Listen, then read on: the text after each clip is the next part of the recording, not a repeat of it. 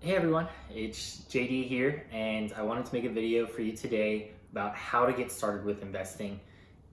I'm going to give you a bunch of general tips that you can use as a beginner. We're going to get a little fancy and get into some things that even experienced investors might find refreshing. If you haven't checked up on your finances in a while, maybe there'll be something in here that you can start doing again. And also, I'm going to give you things that you can do and just start using right away. At the end of this video, you'll have some homework.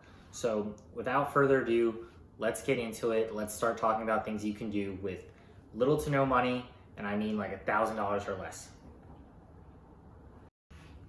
All right, so the first thing I wanted to talk about today is an investment you can get into called a mutual fund. And what a mutual fund is you're gonna have your money that you put in pooled with a bunch of other investors who are putting in money to buy a large conglomeration of stocks. So for example, there's a mutual fund at Vanguard called the 500 S&P Index, and that fund alone has over 500 different holdings in it. You would think it has 500 on the dot, but it actually is going to be a bunch of different stock options like Facebook, Amazon, Apple, Microsoft, Google, and a bunch of others, as well as some bond positions and some short-term cash reserve positions. So you get exposure to a bunch of different stocks, and what that does is it helps you because you're not picking the stocks yourself. One, it eliminates the expertise that you need to really try to find the winners. Two, it diversifies for you. So when you are doing stock investing, you want to have pieces of a bunch of different places so that if you end up getting burnt on one, you're okay with the other. So this takes all of that out of the equation for you and starts to eliminate some of that risk. And the best part about it is the fees are super low.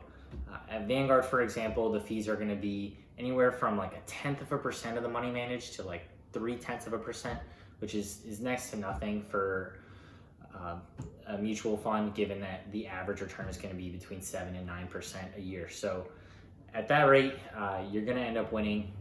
And that's tip number one, is try to get into mutual funds. Another thing you want to do when you first get into investing is you want to make it an automatic process. What I mean by that is you don't want to have to think about it. And one of the ways you can do that is using an app called Acorns.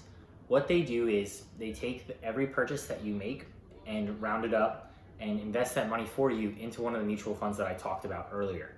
Now, the other thing you can do is set recurring payments to be made.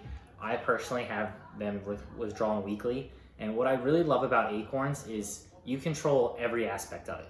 So you can set a very comfortable amount for them to take out, and you can set the roundups to be automatic or happen when you approve it. You can set them to be 1 times, 2 times, 3 times the amount of the roundups. And without getting too much more complicated with it, it's just a way to set up investing without you ever having to do anything from here on forward. You can go in and check your account at any time, and I'm going to put a link in the description below for the app, and if you have any questions about it, you can let me know. So earlier in the video, I referenced mutual funds holding stocks, bonds, and then short-term reserves, which in other words can be cash positions. Now, the difference between a stock and a bond and a cash position is stocks can be individualized. So companies will issue stock so that they can get money from investors to use to try to enhance their business. And in turn, they give you stock, basically saying that you own a percentage of the company. It's going to depend how many stocks are issued, but you're basically getting a little bit of ownership in hopes that the company's value goes up. Bonds, on the other hand, are going to be debt that they issue. So as companies can issue bonds, the government issues bonds, and bonds are generally known to be like a safer, less risky position. Some bonds can carry a lot more risk, but without getting too far into it, a company will issue a bond so that they can raise money to go try to build a business, but instead of giving you a share of the company, they just say, hey, I'll pay you back with this much interest. So stocks and bonds are both great to have, but it's really going to depend on your investment horizon and how long you have to try to make some serious money. So I wanted to bring up another app in this video.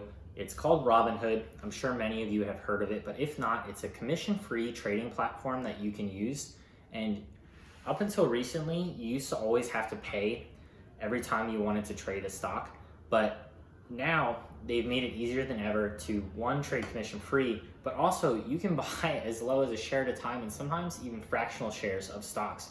So it really helps you as a beginner to be able to put in much smaller increments of money and start to get some experience without exposing yourself too much. I highly recommend using Robinhood because it's very user-friendly, and you're going to be able to put in a little bit of money, play around, get a couple of different stocks, and really just try to expose yourself to how the whole process works without having much risk. Now, I don't recommend picking regular stocks or individual stocks often, or even at all, but if you're gonna do it, which I know you are, everyone ends up doing this and learns at their own pace. So when you go to use Robinhood, you'll be able to pick these stocks, and you have to think about it like a horse race, right? So you can pick an individual stock, and that's like picking a horse in the race to win. Whereas when you pick a mutual fund, it's like you get several horses in the race. And it just makes it a lot safer that you made the winning bet. You're not gonna get as much exposure or as much upside as you would if you had just picked the one winning horse, but you also are not gonna get the downside of the horse losing and you losing all your money. And that could very well happen with companies, as they could go bankrupt and you might have a lot more exposure than you had thought. So be careful with picking individual stocks, and as you're learning, I suggest to try to read as much as you can and practice as much as you can by investing very small amounts of money and getting used to the process. Okay, let's talk about 3 layups, or otherwise super fantastic investments that you almost can't go wrong with unless the world starts to end. So the first one I want to talk about is your 401k. If you work at a company that offers this, you have to take advantage because it's basically free money. And I put free in quotation marks because you are working there, so you are putting in some effort. But if your company offers any sort of match, say you put in $1, they put in $1, you're instantly getting rewarded. And although most 401ks will have exposure to the stock market, you'd have to really be in a horrible stock market to have anything go wrong with your 401k and have such a short-term outlook to even be affected by this. So what that means, as an analogy, is if you're investing in your 401k or any of the other layups I talk about later today, the reason you don't have to worry about the risk is that it's like being ahead in a football game in the 4th quarter by 4 touchdowns. Yes, the other team could somehow come back and beat you, but you have such a lead and all you have to do is win the game, you're going to win. It's statistically in your favor. So I recommend taking advantage of your 401k before you start looking for other avenues to put money into. The other thing you should put money into if your employer offers it is your employee stock purchase plan. My company offers a discount to buy stock, and what's so great about stock purchase plans is often you don't have a holding period, so you can take advantage of these right away. Whereas your 401k is a retirement-based plan and an IRA is a retirement-based plan. We'll get into that in a sec, but your employee stock purchase plan, you can start making money from the second they start letting you sell the stock. And the reason you want to do this is you're getting a discount that you can go and sell on the market, so you're making the difference in that amount between the discount and the market price. So you can't really lose there either. Again, you're up a lot and you have very small limited exposure to the market in the time that you're interacting with the stock. So highly recommend getting into your stock purchase plan if you have any discretionary income to pull into there. Now, the last one is something that anyone can do, whether you work for a company that offers any of these things or not. This is not company related. It's an IRA, which stands for individual retirement account. Now, again, this is for someone with a long-term horizon because this is money you can't take out for quite some time, but you should definitely take advantage of a Roth IRA if you have the chance. And the reason is you put taxed money into the account, and then everything you make from there on out is going to be tax-free. So as opposed to other investments where you're going to be taxed on any type of gains, either at your income level or at the capital gains if you hold long enough tax of 20%. So you're cutting out that 20% fee at the end or more if you're making a lot of income, and you're getting everything tax-free. So I highly recommend taking advantage of a Roth IRA, and I'm gonna stop you and help you right here with the decision between a Roth IRA and a traditional IRA. The difference between the two is one is taxed up front and the other is taxed later. And if you're anything like me, or if there's a good reason you're watching this video, it's you plan on making a lot of money, and you plan on making a lot of money later in your life as well, and to be much more successful later than you are right now sitting watching this video.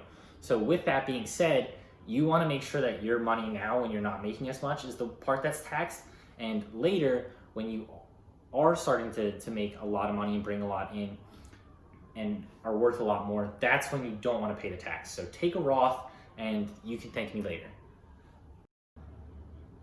Okay, if you stuck with me this far, this next part is a lot juicier, and this is for either my experts or anyone who has no idea what kind of mutual funds or stocks to be picking. Now, I'm getting my information from a website called Seeking Alpha, and someone I know that's highly touted and I consider one of the smarter friends that I have wrote a bunch of articles with this that back all my claims up here. But to get into it, there's two things I want you to take away. One, small cap stocks tend to outperform any other type of stock. So smaller companies, and they're not really that small, but companies that have inherently more risk because they're not totally positioned in the market yet are gonna have a lot more upside. So if you have a longer investing horizon, you can take advantage of the upside small caps have, and by being in an index fund that has them, you eliminate a lot of that downside because you're diversified between a bunch of small cap companies. The other thing to consider, and the second point that I wanted to bring up, is that value stocks tend to outperform growth stocks. And what that means is all of those fancy schmancy stocks that a lot of people like to get into that seem like the next hot thing, whether it's Tesla or whatever it is, you wanna avoid the big name stocks that are not making money yet, but looking to make a ton of money later on, and companies that are really focused on the future. Instead, just take stocks that have value. Stocks that on paper should be worth a lot more, but when you look at what they're trading at, they're not trading at that high because they're not as sexy. And that could be something like a Home Depot or a Visa, or any stock that you don't get super excited about, but when you look at it on paper, it's a lot more exciting.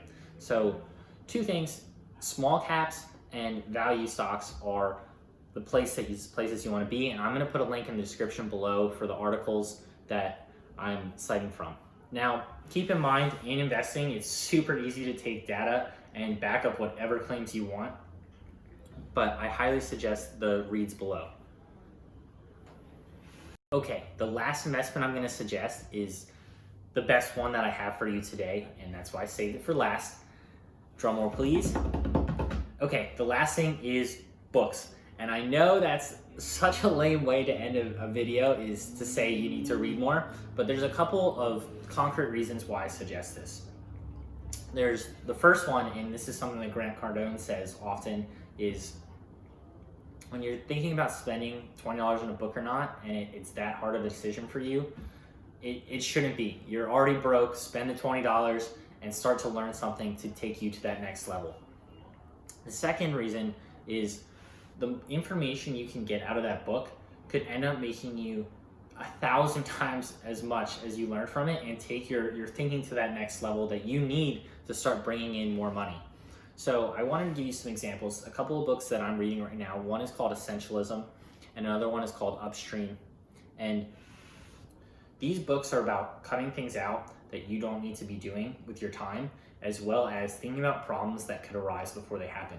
So for myself, I run a pretty large scale Airbnb business at this point, and I could be spending so much of my time on tasks that are just not really worth it, not efficient at all, But instead, if I spend 10 minutes a week just thinking about things that I could prevent uphand and just putting in new policies into place for myself and my employees, we could avoid hours worth of headaches with that 10 minutes of time and bring in a lot more money and spend our time bringing in a lot more money and being more productive. So just reading books can take you to that next level of thinking that you might not have even stopped to prepare yourself for. Every video I'm going to try to put in a couple of books that I'm reading right now, and I don't know if you noticed, but they've changed, the scenery changes just ever so slightly. So those are my recommended reads. I'll put the titles in the description for you, but I highly recommend investing in books, as lame as that sounds. All right, thanks for watching this far. And to recap, if you haven't already karate chopped that like button, make sure you do that. Give the subscribe button an epic poke. And remember, when you start out with your investing, or as you pick your investing back up, be sure to try to make it as automatic as possible so that you're wasting less time thinking about it and you can just keep finding ways to boost your income. When you're picking stocks, be careful because it's very easy to expose yourself to too much risk, and I recommend just going into a mutual fund, which is a little more passive and takes the risk away. You should always be taking your layups, and what I mean by that is hit your 401k match. Make sure you're using your employer stock purchase plan if you have one, and if you don't have those, try to get into an IRA, specifically a Roth. The fancier tips were try to use small cap index funds over other positions, and try to go for value stocks over growth stocks because they tend to outperform. And last but not least, read, buy books, educate yourself. You got this. And any help that you need, either feel free to reach out to me or check out the description below. That'll have links to a lot of the stuff I mentioned today. But again, karate chop the like button, extreme poke the subscribe, and I'll see you guys next time.